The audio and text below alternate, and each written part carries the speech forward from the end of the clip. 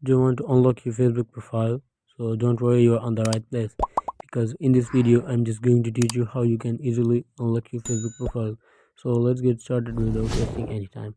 So first of all, open up your Facebook account, and then after that just go to the menu, and then after that just click on this gear to open up your settings, and then after that just scroll down and until you see the option of profile locking.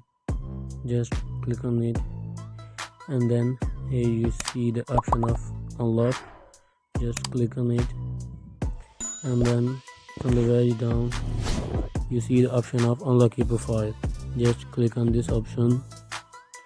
So by clicking on this option you will be able to unlock your profile.